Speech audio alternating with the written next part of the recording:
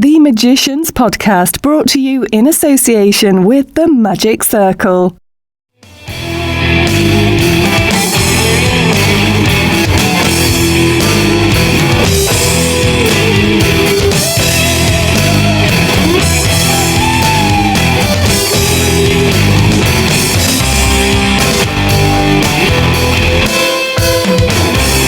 Hello everybody, welcome to a new episode of the Magicians Podcast. I'm Richard Young, thanks for pressing the download button. I hope you've pressed the subscribe button as well. If you don't follow us on Twitter, do it now. We are at Magician Podcast. No S on the Magician, at Magician Podcast. If you use Facebook, give us a like on there. Our Facebook page is simply the Magicians Podcast. We need you to spread the word. There's no advertising budget here, so word of mouth is what we're relying on. Please do tell your friends about the Magicians Podcast here. Maybe email them a link. I'd really appreciate that. Today's face-to-face meeting with David Williamson came about surprisingly and unexpectedly. Last week I received a phone call from Craig Squires. He told me that Nick Einhorn had booked him for a corporate event in the UK that they were organising. And would I like to do a podcast? Well, of course, I wanted to do a podcast with David Williamson, so here he is. It's a face-to-face meeting. He was in London literally for a flying visit and very kindly agreed to meet me in his hotel in London on the day of the gig that he was booked for. Sincere thanks to Nick Einhorn and to Craig Squires for arranging this for me. I really am over the moon that I've got such a big name on the Magicians Podcast. This man has inspired more than one generation. He's without doubt one of the funniest magicians in the world and one of the most creative. Here he is then, Mr. David Williamson.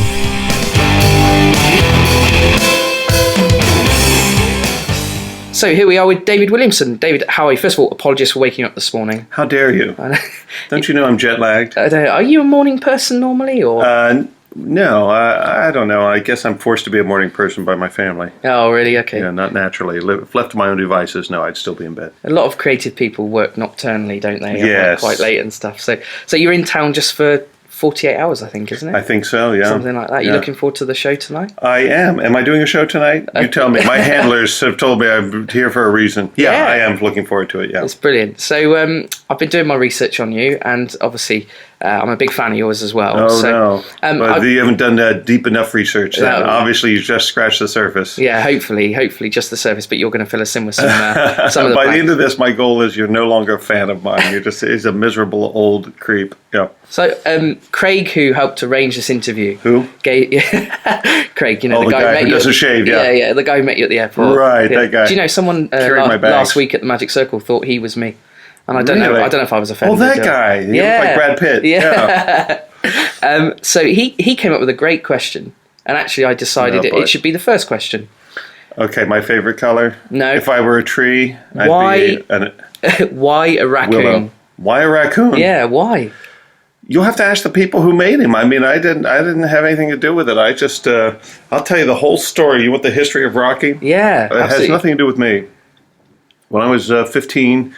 I used to go to these magic conventions, and there was a guy named Jeff Justice who was a magician, and he had the raccoon. And Rocky Racoon, he had a completely original act. I've never seen anybody do it since. And hilarious. He was kind of a comedy magician. And he would destroy with this thing, and then he sold them also. Right. And I bought one. Everyone at the convention bought one. And it sat in my drawer for years and years until I got a job with Magic Masters. Right. It was a company that makes it. Ken Fletcher. And I think the history is something along the lines of his brother owned the rights to the Rocky Raccoons. They were made originally, these spring animals, up in New York, in Brooklyn or something like this. And then he got the rights to manufacture them, and he moved the plant down to Atlanta, Georgia, Stone Mountain, Georgia, and would produce these spring raccoons. And they were just kind of production items. Nobody really did much with them for years. And then they created this pitch act and created a magic shop, a magic company around it called Magic Masters.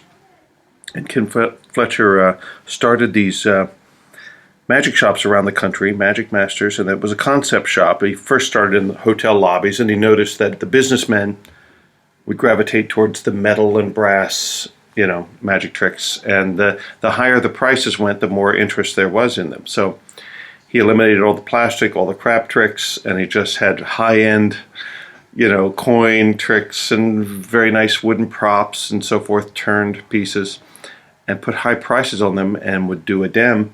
And he had great success with that in business hotels, beginning in Atlanta. So he had the concept of having a Houdini's library, a proper mahogany paneled Victorian furniture, oriental carpets, layered carpets and so forth, oil paintings on the wall, looked like a Houdini's private study. And I helped him build the first one of those in Washington, D.C., just off the lobby of the flagship Marriott near the White House. And it was a very high-end retail area, and he spent a lot of money building this beautiful magic shop. It looked like a jewelry store or an antiquarian bookstore. You didn't know what it was. And I would stand there in the suit, and I would demonstrate these little tricks, and we did quite well. For every magic trick we sold 20 Rockies, because you would end the pitch with the raccoon, and that's what got everyone's. They all brought their wallets out then. So that's how I got involved with Rocky. I bought one when I was a kid, but I didn't know how to do it. I never used it in my act. I was like everybody else. It sat in my drawer. And then I worked for the company that manufactured them, and I was a pitchman for a couple years. And that's how it all began. That's brilliant. So the routine that we know today, I think I watched it when I was a kid, and it's evolved. And the biggest change was that when I saw it when I was a kid on Stuff the White Rabbit, you used adults, and now you use kids. Right. And so was that just one night it came to you like a flash, or was it, I know you worked Disney cruises, was that the reason you switched to using kids with? I just used whoever, the simplest minds I could find in the audience at the time. So Stuff the White Rabbit, there were no kids, so I just found 4 simple-minded adults. Yeah. No, I mean, you know what, you're right. With the Disney, it's a perfect routine to pull a bunch of kids up with. And I can manipulate them a little more, and I don't feel quite as guilty throwing them around. Manipulate as in pull by the scruff of the neck, kind of. Yes, did that come out badly? Thank you very much. Wow. Yeah, see, I get myself in trouble with words. Do you have to be a bit careful that on Disney with pulling the kids? I mean, you do it at Blackpool and everyone's in hysterics, but with Disney, do you have to be a little bit careful with that? A little bit, yeah. There was one day in particular, even the cruise director came off stage and said, "This audience is crap," under his breath. And I'd never heard him say that before. He was the most Disney of the Disney that I'd ever met, completely positive all the time. And he came off, sweating, saying, "This audience is crap." I was like, "Oh no, what does that mean for me?" And they were giving me nothing. I was getting no reaction from them. They were just staring at me. The chemistry in the room was very odd. So I thought, well, I'll turn the funny up to 11 and break through. And that which for me was interpreted to mean grab the kids and throw them around more, and yell louder in their faces and scream more. And apparently they were horrified by that, because no one would meet me eye contact after the show as they're leaving the theater. And I got called to the cruise director's office the next day, and he started reading some of the comments about how I was mistreating the children and yelling at them and made their children cry. So he suggested I dial it back a little bit. So with Rocky, how long have you been doing the routine that we know it as now? Well, here's what happened. I was working behind the counter at Magic Masters in I don't know, I forget which years I was there, 93, 94, 95, 96, something like that, around the mid-90s for a couple years.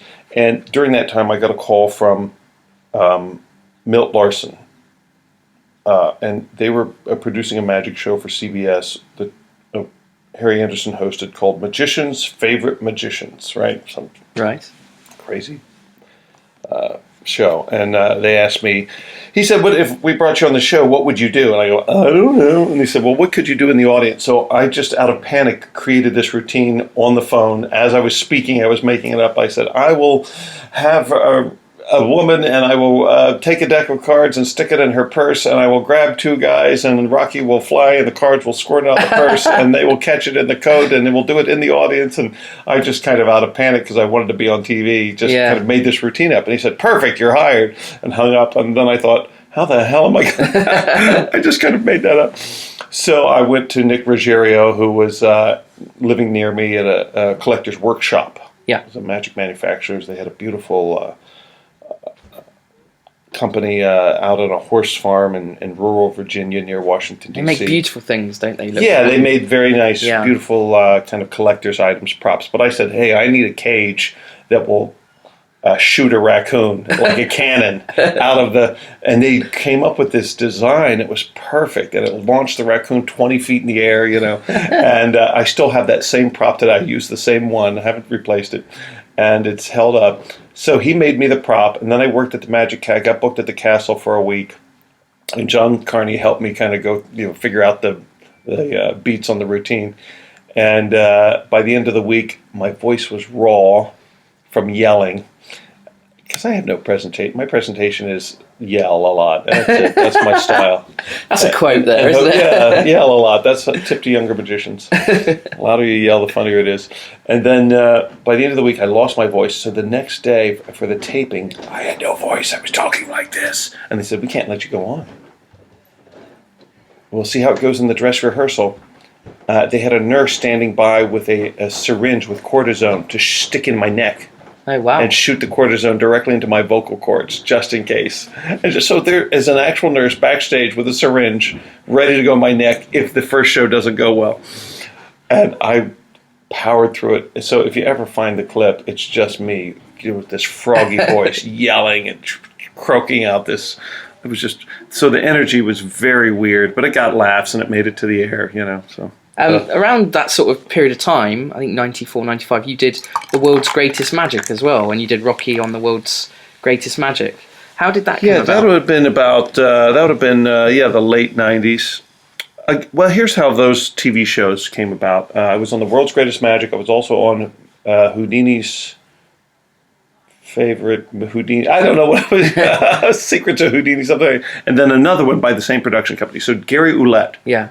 Do you know the name Gary Ouellette? He did a few Copperfield specials. He was a producer for Copperfield. He worked closely with Luis de Matos after that. But I knew him as one of the guys who would hang around at Fechter's. He was there every year. He was a Canadian close-up magician. Yeah. And that's how I knew him. I didn't know what he did beyond that. So he always seemed to like my antics. Bill Malone and I would always act up and try to get kicked out of Fechter's and just be silly all the time. And just had a lot of fun. And he was the one laughing the loudest at the back of the room at our antics. So when he got these producer jobs, he always thought of me. Yeah. And he wanted me for these things. So he said, we want you to be on the World's Greatest Magic. And I said, okay. And I did it. So, yeah, it was fun. I was glad I did that. You mentioned you did a run at the Magic Castle. Obviously, here in England, we have the Magic Circle. I've never been to the Magic Castle. I've never been to the new Magic Circle, the new location. I back in the old days, 25 years ago, I used to go to the Magic Circle, but I know you've moved locations. Absolutely. I've been to the new one. They're a sponsor of this podcast, actually. What? And, I love the Magic Circle. I'd love to come and visit someday. Am I allowed in? And the guy who arranges it all was very over the moon when I said I'd managed to secure an interview with you. So, oh, yeah, I bet. What's your relationship like with the Magic Castle? Do you visit frequently? I'll tell you what. Here's the story in the Magic Castle. I hate that place. It's really? that place. No, I'm kidding. No, I love it. Are you kidding? When I was a kid growing up, I lived in rural Ohio, so I didn't see other magicians. I didn't know there were any near me. I didn't know how to reach out to them. But I did find some Genie magazines, and I was able to subscribe to Genie. My mom helped me. And so I would read about the Magic Castle every month and Di Vernon, and I just imagined this place, in my head. It was just a magical place, obviously, so I wanted to go there all my life, and I wanted to work there. And eventually I did. I went out the first time I went out there, I took a road trip with Michael Amar. He was, I think he might have been 21, and I think I was just 17. I wasn't old enough to go in. I forget how old you had to be to get in. Maybe 18, maybe you had to be 21. I forget. Anyway, I wasn't old enough to go in. So they snuck me in through the back door. And but I went on a Sunday to see Michael lecture. I was staying in Daryl's apartment, and Michael goes, well, here, my buddy Dave here ought to work here. And so they said, you can audition. So I ran down the street, and I got my horrible suit on, and I came back to the castle, and there in the close-up room, I thought it was just going to be one or two guys, was Di Vernon. Wow. I think it was Earl Nelson, Max Maven, you know who else was in there? Just a lot of the old guard, the castle knights were sitting there with their arms crossed with these grumpy looks on their face, and I was just this kid, and I was so scared. And it was awful. I was dropping my palms were so sweaty, coins were falling out. It was like a slot machine. And they basically kind of pat me on the shoulder and said, "Don't call us, we'll call you." I failed my audition. Oh, did you really? Oh, yeah. That's unbelievable. Well, no, it's not unbelievable. I was awful. And so years later, not too many years later, a couple years later, I won the IBM Gold Cups at the Pittsburgh IBM convention. And Milt Larson was there. And he came over and invited me personally to work at the Magic Castle. Oh, okay. And that was very nice. That's very nice. And the Larson family has been a wonderful, they've always been very kind to me and given me lots of opportunities. So I'm very fond of that whole family. Yeah. So, and then from that point on, I worked the castle quite a bit when I was younger. I just loved, by the end of my first week at the Magic Castle, I was going down to the bar just trying to scrounge people. I didn't want it to be over. I was trying to get yet another show gathered up, because I didn't want to leave. I loved it so much. I was going to ask you that, actually. Something I don't know about you and I couldn't find out was sort of, do you have some... Who are your best friends in Magic? Like, do you have people you talk to? I do. I have magicians I chat to every day. Yeah, of course, we all do. Yeah. Who is sort of close to you, and who do you bounce ideas off and talk about the business to, that kind of thing? Right. None of them. I don't like any of them. They're all a bunch of losers. These guys are these thieves. They just want. No, I'll tell you, my best friends are. I just have so many friends in Magic over the years, but John Carney is probably one of my best friends in Magic, probably my best friend. And I met him. He came, was lecturing. He was 18 years old. I was on a lecture tour. And he came to Ohio, my little town, my little Magic club. Only like 6 or 7 people showed up to the lecture. It was in this guy's house. And I saw him do just the most beautiful sleight of hand. I'd never seen anything like it. I didn't know it could look like that. Yeah. And changed my life. And so I became his biggest fan. I still am, but we became very good friends. Mike Caveney, one of my best friends, Mike and Tina, Matt King, and then beyond that, so many, all the kind of cast of characters in that my generation there. Mike Amar and I became very close when we were young and traveled together and worked on a lot of stuff. Gary Plants was very influential in my early years. Yeah. And then beyond that, guys like Chad Long I'll talk to often and say, here's an idea, and we're just bouncing Weber and Derek Delgadio and people like that. Yeah. So. And in the UK, I got very friendly with JJ and Chris. Chris really? Power and JJ were the first guys, UK guys I became friendly with, and they became my advocates. And they're the ones, I met them, I was on a lecture tour in Europe of improbably some German guy, a young man. He was only a few years older than me. Thomas Van Buren Langer, wonderful close-up magician. He was just a fan of magic. He saw Michael Amar. I think he may have seen Weber or Jay Sankey at a convention in Europe, and he said he just loved that style of magic from guys who were his age group. And he said, who else? And Michael Amar mentioned my name. And he wrote me a letter, and he arranged a 30-city lecture tour. And I'd never been out, haven't traveled much. I was young. So I came to Europe, and I traveled all over Europe doing lectures. And I was in my early 20s, I think 21 or 22 or something like that. And I met JJ and Chris in Italy at a convention, San Vincent. And they went back to London and told Ron Macmillan he needs to hire me. And he did. And the Macmillan family, like the Larson family, became very close to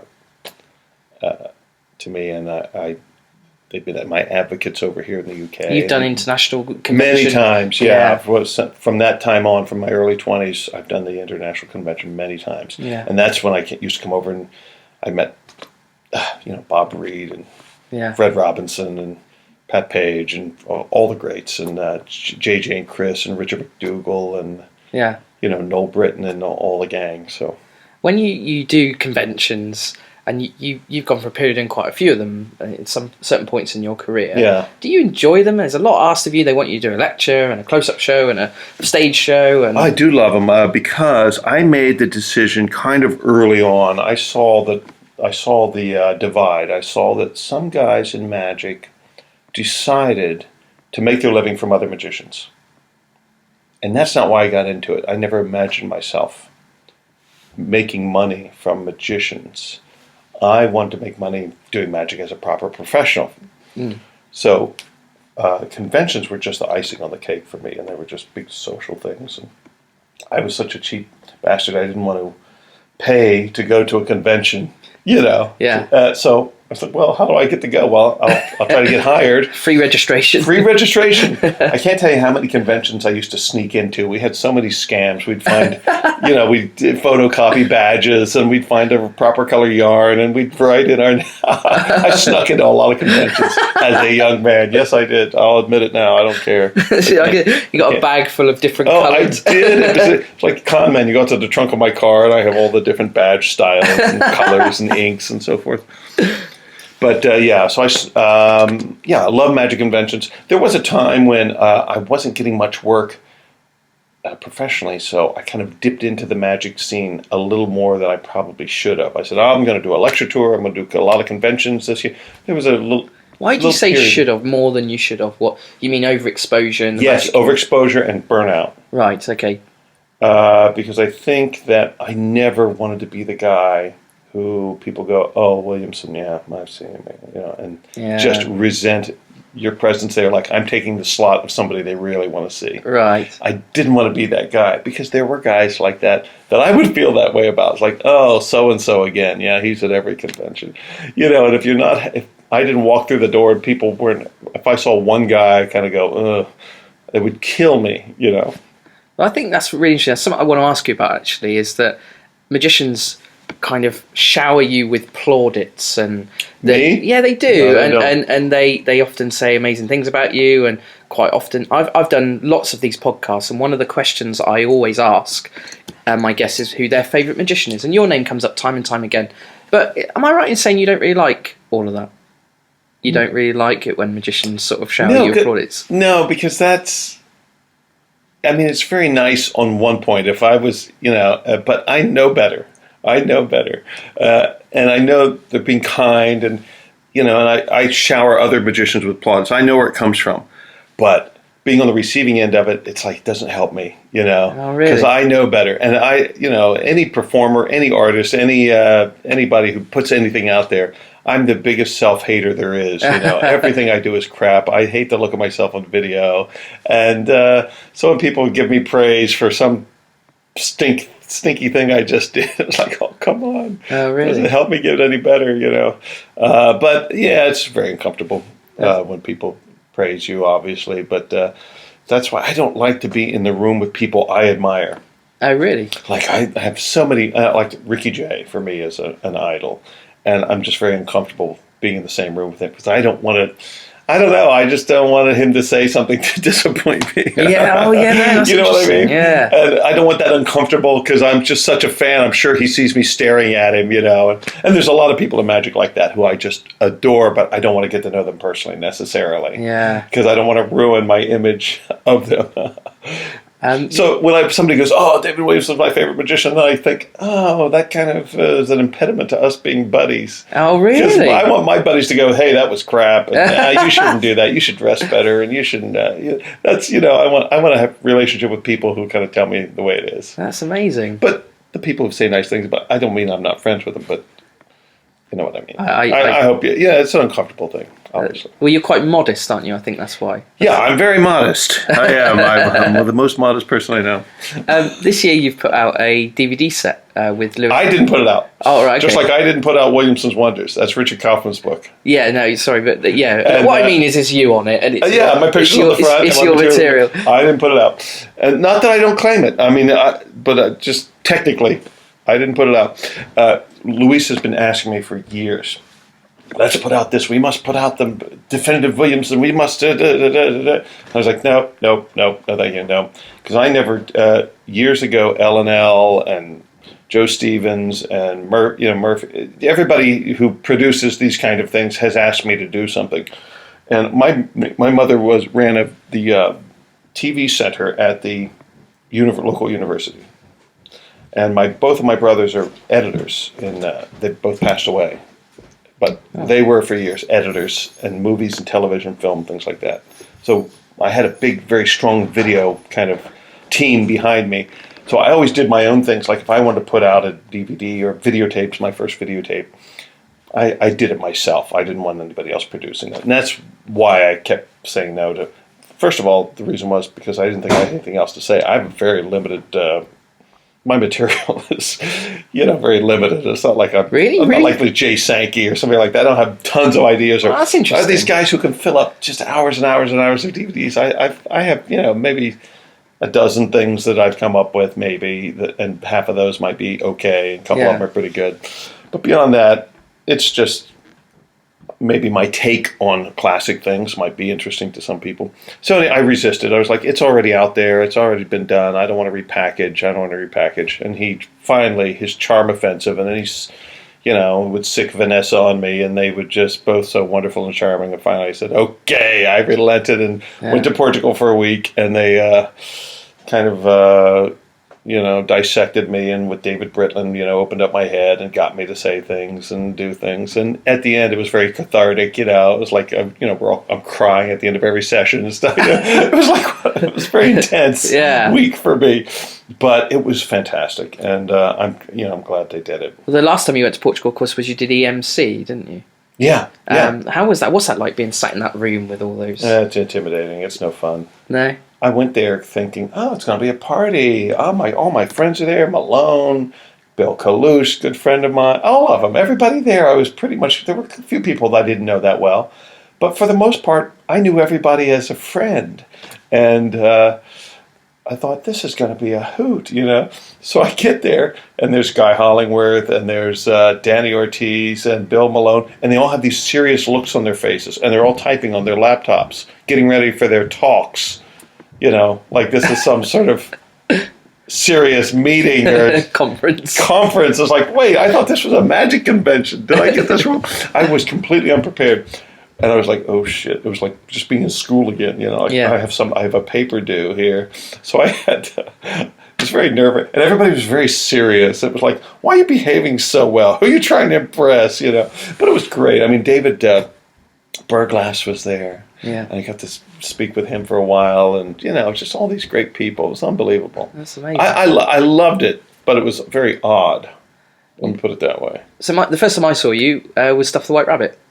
But it was great. I watched it loads of times. They had to keep stopping you. Could you not move around so much? Or at least tell us where you're going to move in advance. I go, I don't know where I'm going to move in advance. I don't know how to do that. I was so bad with television. I didn't understand how it worked, and I was just all over the map. But Anthony Owen was involved in that, I think. And I think Noel was there. Yeah, he was on one of the episodes, yeah. Yeah, and he and Chris Power dressed up as... That's right, we did some horrible skit. Did you see the skit with we did a... who was the Silence of the Lambs? Hannibal Lecter kind of skit. They had me in a... I didn't see that, no. Chris Power was the prison guard, and Noel was the...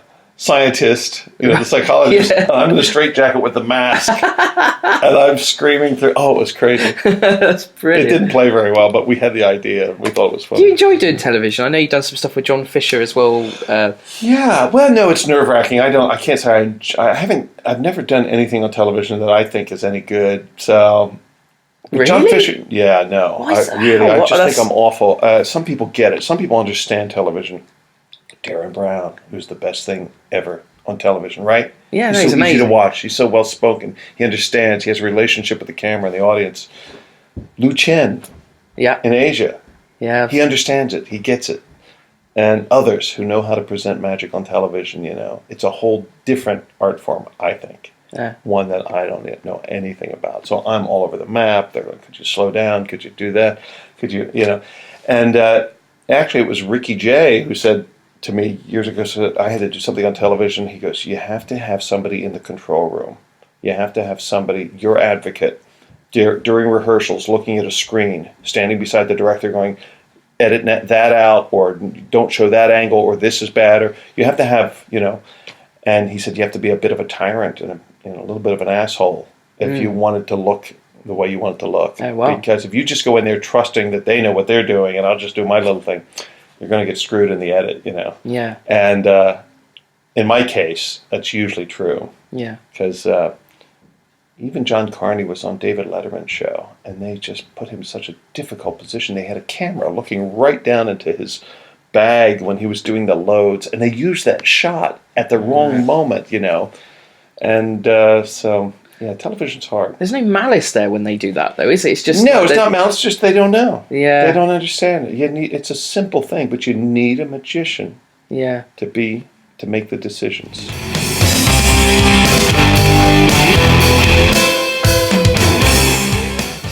The Magicians Podcast, brought to you in association with the Magic Circle, the world's premier magical society. Are you ready to join the world's most exclusive magic club? Visit themagiccircle.co.uk to find out more. More from David Williamson in a moment. My great friends at Gigio would like to offer you a free 30-day trial if you go to their website right now, gigio.co.uk. That's Gigio spelled Giggio. If you don't know what it is, it's a web-based software designed for professional entertainers. You run your business on it, it will generate contracts for you, invoices, it will track your payments, it will even update your diary automatically. Go to their website right now and read what other entertainers are saying about it. All the top pros are now subscribed. You should do the same. It's so good. I even had a song written about it. Oh yeah, here it is. Gigio, free for 30 days. Be a pro, get Gigio. Yes! Go and check it out right now.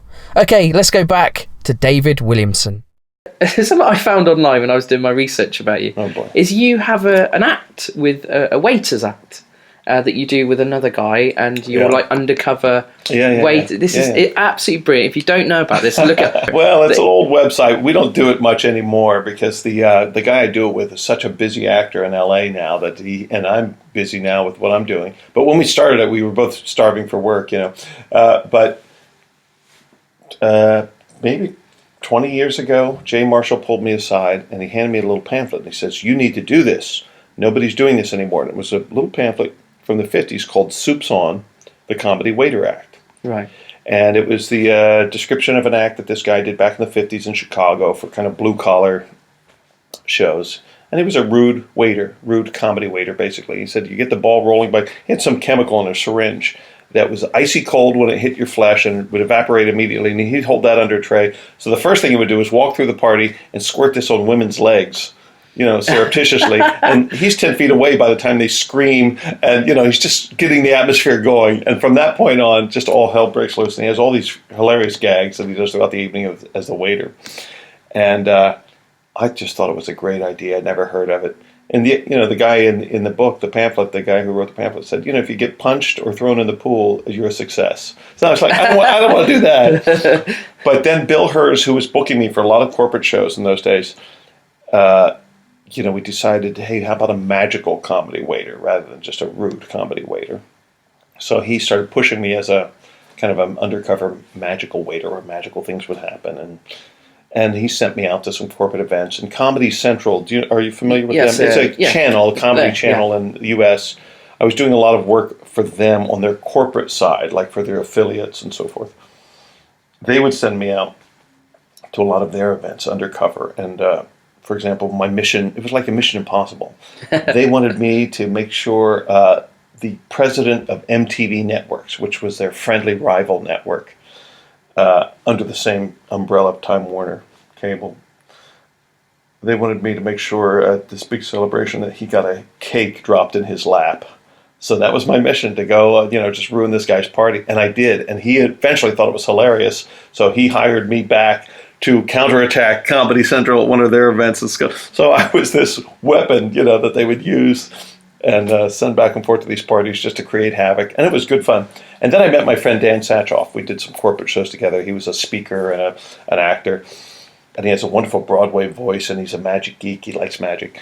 So we built an act. We actually got some proper rehearsal space in LA and spent 2 weeks just building an act from scratch, where we call it before, during, and after dinner entertainment. We'd sneak into these corporate events. And it was almost a Faulty Towers kind of vibe. Yeah. I was the maitre d', and he's the new hire, the foreign trainee. Yeah. And the antics ramp up gradually from cocktail party until the end, and then we do a magic show. Yeah. We do a comedy show at the end because the magician, quote unquote, didn't show up. Oh, so I we see. have to do the act. Okay. Yeah, we introduce this magic act and he never comes out, and It's pretty funny. I love doing it because for years I just worked solo. I worked by myself. That's kind of a lonely existence, you know? Yeah. And to have Dan there, and the whole night, I'm just trying to keep from cracking up the whole night long. It's so much fun. And people say, now, are you going to interrupt our dinner? And we say, yes, we are. Well, are you going to, touch the... Yes, we will create havoc. Yes, we're going to ruin your dinner. Yes. That was our pitch. And you'll never forget it. And they'll talk about it for years, and they do. Yeah, that's brilliant. You can talk about you did it at corporate events. I mean, this year, I know in this country, I've got a lot of magician friends, and they seem to be having a reasonable year for the first year. It's coming back, isn't it? Yeah. How is it in the States for you? This year, it's breaking up a little bit, too. Now, so that's what I did for 25, almost 30 years, almost exclusively. Then I would pepper it with the occasional magic convention or television show or, some other kind of festivals or events. But the bulk of my work, 90% of my income was corporate events for 25 years or more. Yeah. And then the economy It's like 2008, around that sort of time. 2008, 2009. I looked at my calendar and it was empty and it was scary. But this cruise agent had been calling me for about 4 years before that, saying, I want you to do cruise ships. You'd be great on Disney cruises. You'd be great. And I said, I don't want to do cruise ships. I did one 25 years ago and I hated it. I had to dance with the old ladies and call bingo. It was a very old school kind of thing. I don't want to do cruise ships. That's where magicians go to die. That's the way I saw it. And it's like you never heard from again. You go out to sea and they forget you on land. So your first cruise was almost from necessity then, really? No, the first... In 2008, yes, 2009. absolutely. When he, to his credit, he made his annual call after the economy went away. Now, the cruise industry wasn't hurt by that. It's amazing, really. Yeah, they stayed afloat, so to speak. And I said, thank you, Jesus. Yes, I would like to do a cruise. So I did my first Disney cruise, And I thought it was just going to be a bunch of screaming kids and, Mickey Mouse running around everywhere. And I just thought it was going to be awful. It was so well done. And the stages, it's an entertainment company. So they told me the stage on that ship was more advanced than any of their Broadway stages or in any of their parks. But it had to be because you're on a floating ship, It's just unbelievable. The theaters are gorgeous. The staff is so professional. They give you a guest room on Disney. You're not down below decks with the... You have like passenger status. You're a passenger, a guest entertainer. And it was fantastic. I loved it. And the material I was doing wasn't a really good fit, but they could see that I had potential to fit in with the narrow. They don't want you to be too kiddie for the adults, but not too adult because there's It's a very fine line. It's a very fine line there. Danny Buckler does some Disney cruises. Yeah, and they love him. He's the perfect act for them. They just love him. So anyway, I kind of went all in with them for a while because they would give me a year of work at a time. They'd just book you for a whole year. Yeah. So I was like, that's a novelty. My wife, we've never had that before, to know when I'm going to be working and when I'm not. And, so... Did you, on Disney, is it the same? I have a friend who works on cruise ships, and he does like a welcome aboard show or something, and then he'll do one night. Yeah. Is it a similar type thing? Similar, yeah. So here's an interesting... I'd love to know what you do because you're creative. What do you do in your downtime on a cruise ship? Because... some people become alcoholics or go to the casino and stuff, but creative people generally tend to become alcoholics. Go to the casino, yeah. What do you tend to do with the downtime? That's a good question. I'm looking for I read. You read? I read. There's a whole underground economy, black market on these cruise ships of digital pirated content. Oh, right. Okay. Movies, television series, and Kindle books. I have a file of Kindle books on a thumb drive of I don't know how many thousands of books, Yeah. And so there's plenty to do now with all the digital. You could watch, the whole year of Breaking Bad one week, and the next week you watch a whole season of, or you Game can of listen Thrones. to all 17 episodes of the Magician's podcast. Yeah, a podcast, yeah. You can do that. I do listen to tons of podcasts, I do. Oh, you have to listen. And for the first time, I actually got in shape, for the first time in my life. Used the gym, and so I try to use my time productively. Yeah. It's hard, but there is a lot of downtime, you're right. And on Disney, they have 2 variety acts at a time, so if you're lucky enough to get a variety act who you're compatible with and you turn into a buddy, you find lots of things to do. Yeah. Yeah. So he's sort of recovering now, though. Are you coming off the ships a bit now, and you're doing more corporate This year work I'm going again? to be doing fewer ships, and the more the corporate things are coming. So there's a transition period now, yeah. You actually, a lot of magicians I know don't really like doing corporate events. You actually enjoy doing them with your material. Do you find it works quite well? Yeah, I do. Quite well, I don't know. Yeah. Yeah, I do like doing them, yeah. But then, now that I've had a taste of, working for 1,500 people at a time in a theater, more of a mixed general audience instead of a corporate audience, I'm kind of a bit addicted to that now. Yeah. So I've done a few festivals, with general audiences, and so stepping outside of the corporate entertaining has been really eye-opening. And I did the Illusionist live in I was going to ask Australia. you about that. Yeah. I saw you on the poster, yeah. I filled in for Jeff Hobson. Oh, you were filling I'm in? the poor man's Jeff Hobson. When Jeff's not available, I get the call, which is I'm thankful for. And they called me because Jeff was putting a show on another ship. He produced a show with 5 or 7 magicians that he put on one of the NCL ships. So they needed him there for 6 months. So I stepped in Australia for a month, and we did Melbourne and Perth. And I was with the cast, and it was a blast. Because, again, I work solo all the time, so to be able to hang out with Mark and Ginger Kalin and, all those guys, it was fantastic. One of the interviews I listened to with you in the run-up to doing this interview with you today, you talked about illusionists. You just mentioned Kalin and Ginger there. Yeah. Are you not a big fan of illusions? It's like anything else. It's like saying, I'm not a fan of card tricks when it's done badly. Right. Who is? Yeah. Who's a fan of an illusion when it's done badly? Yeah, I see. You see somebody like Kalin and Ginger do an illusion, it looks effortless. The Pendragons, when they were in their prime, right? Yeah. It looked like magic. Yeah. It didn't look like a box trick. It looked like she vanished or he changed or something like this. You forget the boxes are there when it's done properly. Yeah. And, another one is Julius Frack. Do you know him from Germany? No, I don't know him. Very clever guy. I worked with him in China, of all places. But again, there's some people who can do these things. And Michael Giles is another one who I love watching. It just makes it easy. They know how to move on stage. They know how to point focus. It's very theatrical art, Yeah. I did a lot of illusions, actually, over the years for corporate events. We would produce CEOs out of the backstage illusion. Yeah, I found a picture I've of done you doing origami. that. I've had to do the head twist, different things. Yeah. They weren't my illusions. They were brought in. Assistants were brought. I just show up and point, basically. And I try to turn them into little comic routines, and that was always fun because that was a little freeing. I didn't really have to.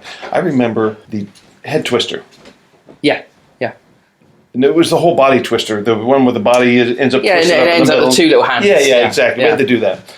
And we're rehearsing it backstage. And just before we go on, now Mark Kornhauser had a lot to do with inventing that trick. The assistant is saying, now be sure you pull down the fake hair in the back before you twist my... And I go, oh, that's how that works. This was 2 minutes before we go on. Mark Kornhauser's looking at me like, are you kidding me? You're about to go on? You don't know how the trick works?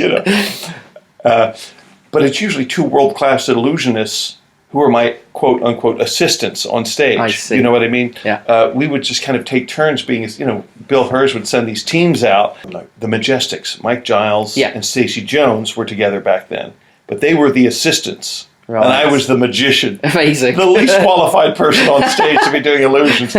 But with them, they had my back. They're basically doing the trick, and I'm pointing and saying the lines and doing the funny dance, I was going to ask you a bit about, you mentioned some sort of Vegas acts there. Have you ever done sort of Vegas Not really. I mean, I've done corporate events, plenty of corporate events on Vegas stages. Yeah. At Bally's, I made a car disappear for Hyundai America, and I've been on a lot of the big stages in Vegas for corporate events. Yeah. But no, I've never done a proper Vegas type show unless I've filled in for Matt King for a week or something like that. So have you done that? Because I've been there one week when Matt wasn't there and there was another guy. So have you filled in for Matt? Yeah. In fact, when we were building the Waiter show, he let us go in there for a week, and it was the greatest week because every day somebody else would come out to see the show. Hobson came one day, Kornhauser would come, Charlie Fry came, and they would all give ideas, Yeah. Stacey Jones came, and they would all give tips, and it was like graduate school for an act. Yeah. It was like an intense workshop week for an act. It was fantastic. And by the end of the week, we had completely retooled it with all these great ideas from these seasoned veterans, who just lived in town. And since it was in the afternoon, they were all working at night. They came out to hang with us during the afternoon. It was one of the greatest weeks. Yeah, it was really fun. I've got a little game which I'd love to play with you. Okay. And it's just word association. So basically, boy, I just throw some names at you, some things, and then what you am I just supposed to do? and then you just say what comes to your mind, and it can be as brief for you, or it can be as detailed as you like. They're not specific to you, actually, so they're just general. Okay, so magical. the first thing that comes into my mind, I say. Yeah. Okay. So here's an example. Your thoughts on America's Got Talent? Anal rape. I'm sorry. That's just the first thing that popped into my head. Yeah. Although, let's see if we can make a link to anal rape. And yeah, it's basically, I've been told about the contract that you have to sign to go on those shows. So I think anal rape is probably appropriate. It's pretty much the same thing. Yeah. Have you been on any of those talent shows? Actually, yeah, little secret. I did do Britain's Got Talent. You did? I did. And how was the experience for you? Worst day of my life. With the exception of the 3 minutes we were on stage, that was lovely. That was lovely, and we got the three yeses. You did? It was never shown that they went with another magician the year that. But are you able to use that? Are you No, able to never. say? They don't. Yeah. I've talked to a lot of people who've been on the show, and it's a 50-50 proposition. Half of them say it's the best thing I did, I'm glad I did it, and the other half say, I wish I never would have done it. Yeah. It was a waste of time. David Copperfield. Yeah. Big...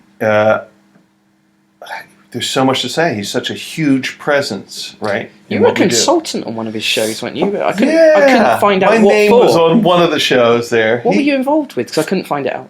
I forget. There were a couple things I did. But early on, he was very kind to me, and took a liking to me. I was a buddy of Mike Caveney's, and Mike was a big buddy of David, so I used to tag along with Mike to go hang out backstage or whatever. And David would come see me sometimes at the castle, and he thought I was funny. So, he saw me do something somewhere, and I think it was at FISM in Lausanne he was there, and I just kind of went crazy during the close-up show, and that made an impression on him. He was like, this guy's nuts. But there were a couple he sent me a couple scripts over the years and said, hey, any punch up, any ideas anywhere in here that you want to add to? And I just gave little ideas like, you do this with this squeaker and this with that and maybe this. And he sometimes used the ideas. But there was one thing that he did use that was great. And Pete Byro used to book the IBM convention. And he said to me one year, I want you to be on the comedy club next year at the Baltimore IBM. I want you to be in the comedy club. We're going to have a comedy club kind of magic. And I said, I don't do stage magic. At that point, I was only close-up, Right. I was young. And he goes, well, you have a year. And I said, okay, I take the challenge.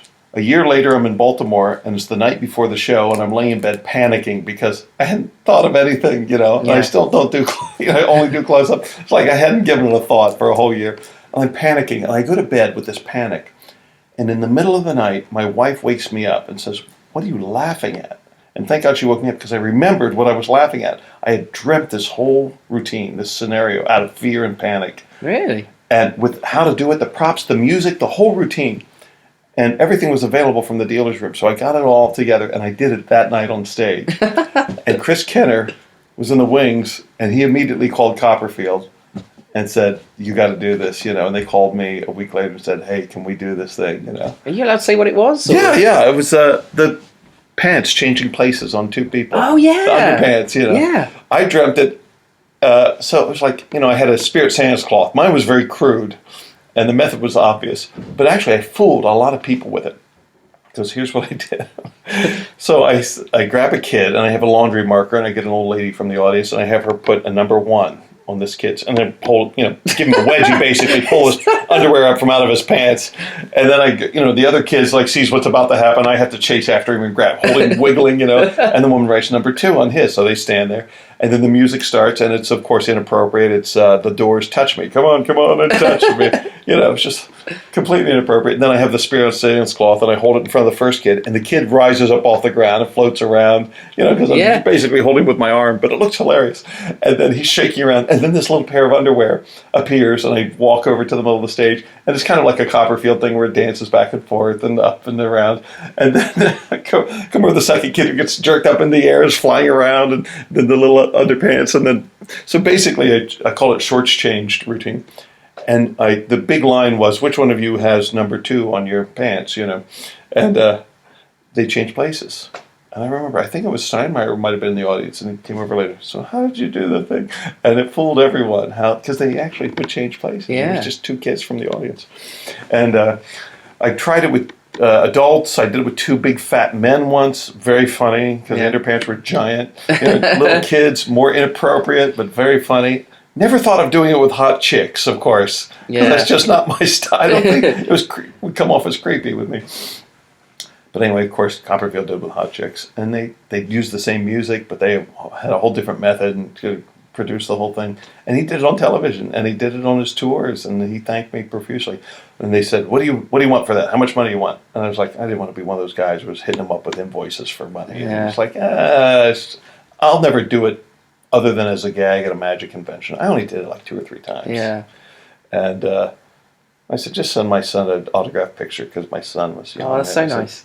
And they sent the autograph picture and a $10,000 savings bond in my son's name. Wow. It was like, wow, that's, things like that. Things like that always come back tenfold, though, don't they? When you do something nice, you go, I'll just have it. People are always nicer in some ways back. I think so. I think, again, magic is, to me, it's not a big industry to claw your way to the top. That's not the way I see it. I see it as a very small group of friends helping each other out. That's the way I look at it. Yeah. And I always have.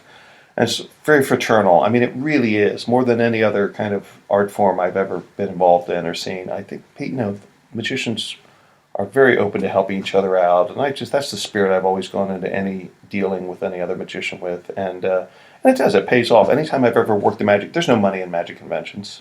Mm-hmm. I have to cancel work. It costs me money to do a magic convention. So I do fewer than I used to, but when I do them, it always pays back some way. I make a new friend, or you make a contact, or you're able to do something for somebody. And same with working the castle. There was never any money in the castle, but every time I worked magic, something good happened. Yeah. Somebody saw you thought of you for a festival or a TV show, or you're there, you make contacts. So. Yeah, no, Copperfield, I just admire him a lot. I think he's great, and he's always been very good to me. And when my parents were divorced when I was young, but my dad, huge fan of magic. He was a farmer, blue-collar kind of guy, factory worker guy. Loved magic. And years ago, Copperfield came through Ohio, our little rural area. And I was living in Washington, D.C. at the time. And my dad took his then-girlfriend to see David Copperfield's show and just loved it. Absolutely loved it. Thought it was great. And he saw that Copperfield was outside the theater, backstage, in the queue to get your autograph. Because Copperfield would do these, just draw a line on next, keep his head down, Because hundreds of people line up. That's the only way he could have dinner between shows, if he was very quick about it. And my dad's in line and finally gets up there. And as Copperfield's drawing his line on my dad's program, my dad says, my son's a magician. And Copperfield's like, uh-huh. And he says, his name's David Williamson. And Copperfield stops, pushes everybody back, grabs both my dad's hands, and he looks in his eyes. And for about 5 minutes, he just told my dad what a wonderful magician I was. Wow. And, how proud he should be of me. And he didn't need to do that, And it was like, that was really, I'll never forget that, more than anything else. You know? And my dad was so puffed up for months after that, And a few years later, when my dad passed away, there was a giant, it was like a hotel, atrium bouquet of flowers, this huge bouquet of flowers sitting at the middle of the farmhouse there from Copperfield to my family. So little things like that mean a lot, I was going to ask you, this is through the series of podcasts, there's been an ongoing debate. And I'm interested to know... I agree. It's the TV editing debate, really. What are your thoughts on that? Do you think it's unfair when a magician edits a TV show unfairly? I've watched very little of it because I can't stomach most of it. Right. When there's I'm amazed myself because in the next room, my son or daughter will say, hey, there's a magician on TV. Come and watch Wizard Wars or Penn and Teller Get Full or whatever the show is that's on TV right now. Dynamo or, even Dare, I just can't be bothered. Really? It just bothers me. It's like, I'm not interested. Has nothing to do with what I do.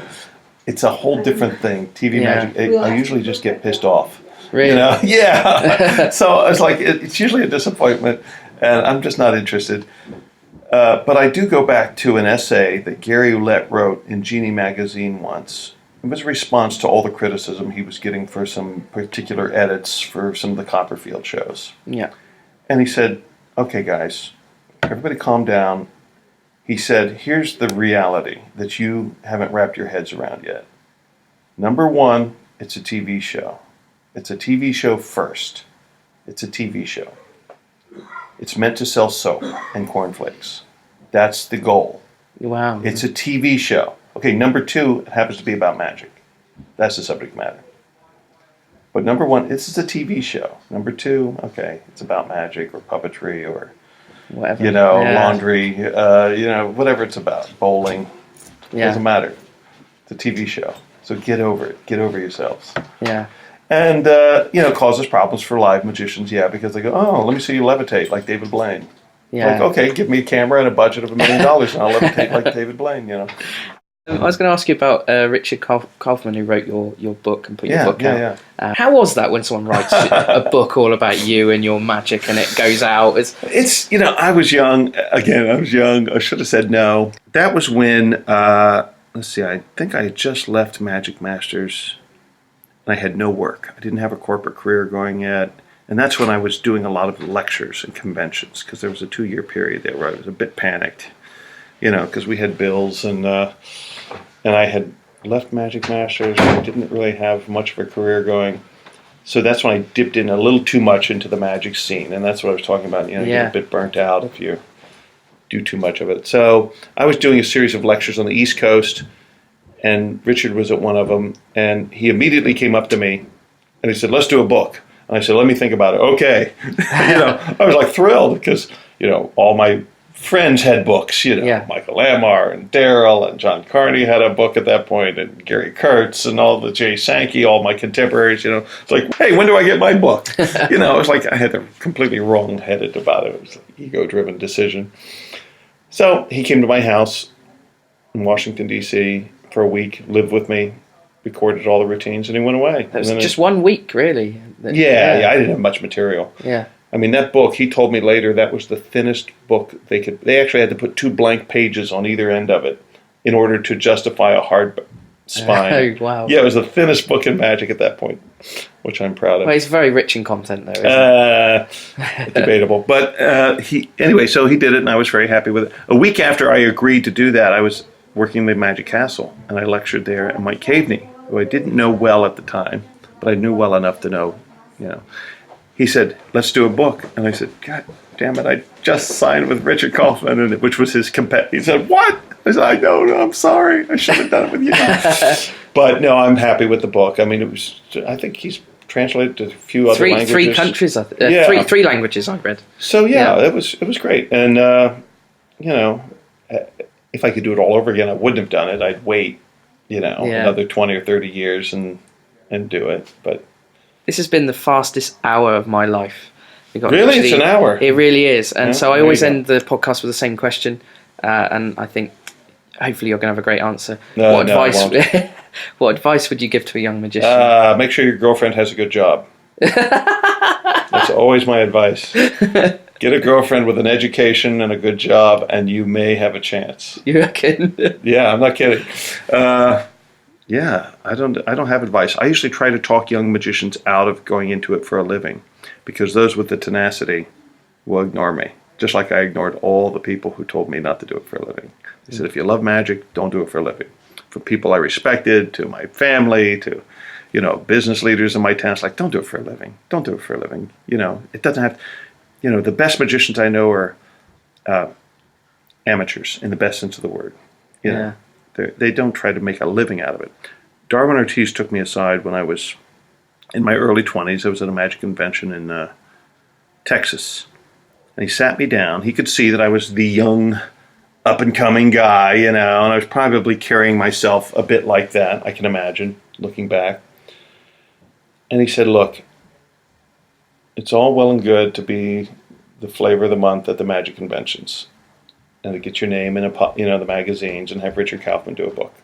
He goes, but you have to figure out how, and you owe it to yourself But more importantly, he said, you owe it to your family and the people who raised you and the people who care about you.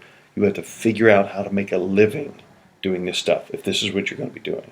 Otherwise, go back to school and get a job, But if you're serious about this, and you seem to be, then you owe it to your family and the people who care about you. Figure out how you're going to make a living.